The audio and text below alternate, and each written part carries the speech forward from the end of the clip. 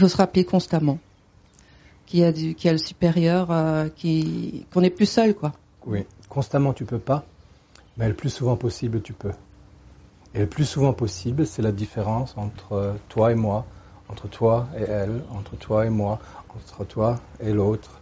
Chacun en fonction, d'une part, d'une force intérieure, d'autre part, d'une motivation intérieure, d'autre part, d'un niveau d'être déjà acquis intérieur, et en fonction d'un niveau de savoir aussi, d'un niveau de compréhension, et en fonction de ces différents niveaux, on y arrive plus ou moins souvent. Mais tout être humain peut y arriver. Un peu ou beaucoup, selon sa motivation réelle. Puis il y a un autre facteur encore que je développerai plus tard. Vous avez coupé ? Je crois que c'est ça la clé. Je suis pas assez motivée. Et je me fixe pas assez le but dès le réveil de me mettre peut-être sous la protection d'une stance, d'un être plus élevé, ça peut être un ange, d'une qualité, ce que disait Aaron, plus élevée que la mienne. Oui, oui. Puisque la mienne n'est pas incarnée. Oui, c'est juste. C'est une question et de motivation, et même lorsque la motivation n'est pas suffisante parfois, ou moyenne disons, le fait de faire, comme vous venez de dire, je ne me fixe pas le matin, je ne me fixe pas tout de suite cette stance ou cette qualité noble. Le fait de faire, même sans motivation, entraîne une motivation. Et la motivation permet de faire. C'est-à-dire qu'il faut mettre en place plusieurs choses.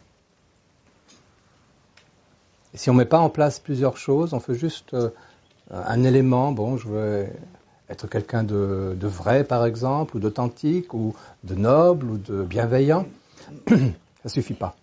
Il faut d'autres éléments parce que ton niveau d'être et ton niveau d'évolution ne te permettent pas encore d'incarner ça.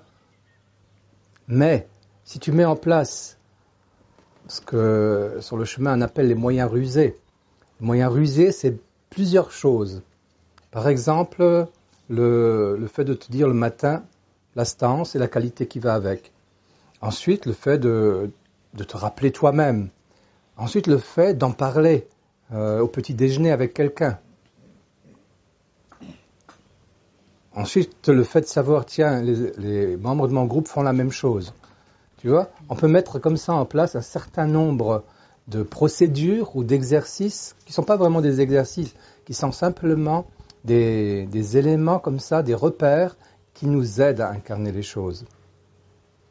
Et un jour, on peut se dire tout simplement, aujourd'hui, c'est une journée où je vais être dans la gratitude. Et je reste avec ça toute la journée. Ou une autre fois, aujourd'hui, je vais être simplement moi-même, vrai comme je suis, avec mes forces et mes faiblesses. Peu importe en face de qui je suis. Je ne vais pas essayer de sauvegarder l'image de moi, ni rien. Je vais être moi-même.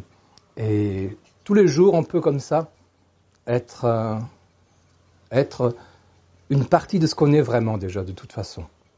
Et plus on pratique ça, plus on découvre qu'on est ça, qu'on est cette noblesse et qu'on n'est pas justement toute cette difficulté qu'on a à se réveiller, à sortir de sa personnalité ou de sa fausse personnalité. On découvre que tout ça, ça a été plaqué dessus. Et que soi-même, on est quelqu'un de beaucoup plus droit et qui apprécie simplement d'être dans le flux des choses, de la vie, des relations avec les autres. Mais si on ne met pas en place beaucoup d'éléments différents, ça ne fonctionne pas. Parce qu'on est trop faible, on n'est pas à ce niveau.